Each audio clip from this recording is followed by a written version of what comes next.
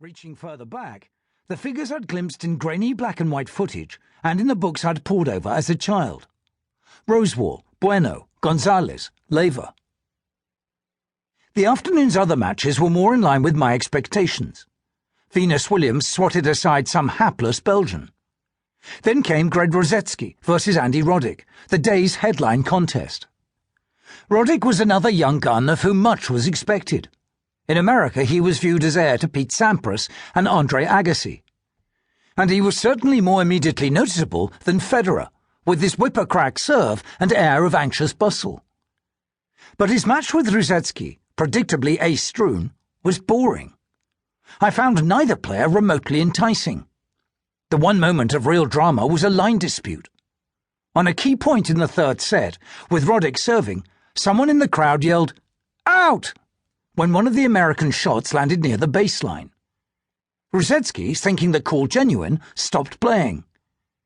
The umpire had no option but to hand Roddick the point, but when he did this, Rosetsky's frustration, which had been building all afternoon — he was down 2 sets — unleashed itself in a lengthy foul-mouthed tirade. "I can't do anything if the crowd fucking calls it! Replay the point!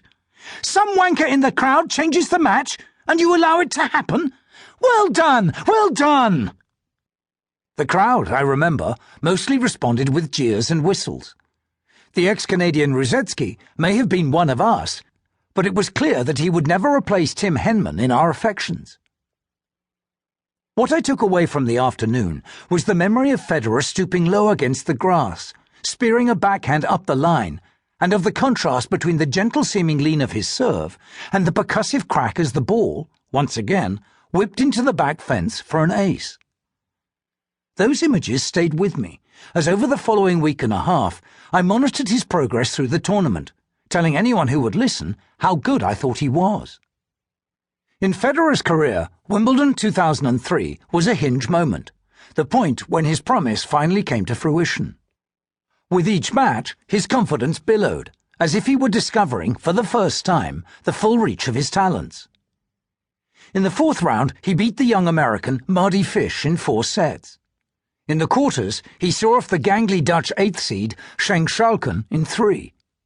And then, in the semi-finals, he raised his game to extravagant heights to crush the player who seemed most likely to impede his progress, Andy Roddick. I remember watching that match on TV. After a tight first set, which Federer won on a tiebreak after, again, saving a set point, Roddick was swept away in a torrent of balletic volleys and lancing ground strokes. I was amazed by the ease with which Federer neutralized Roddick's serve, whose up-close ferocity I'd observed for myself a week earlier. He always seemed to know where it was heading and parried it back seemingly with time to spare. His passing shots, too, were lethal. Countless times, Roddick sent the ball to the corner and headed for the net, only to be left stranded by the sort of whipped, short-angled ground stroke that became a Federer trademark. So comprehensively was Roddick outplayed that not for the last time in his career he was frequently made to look inept, foolish.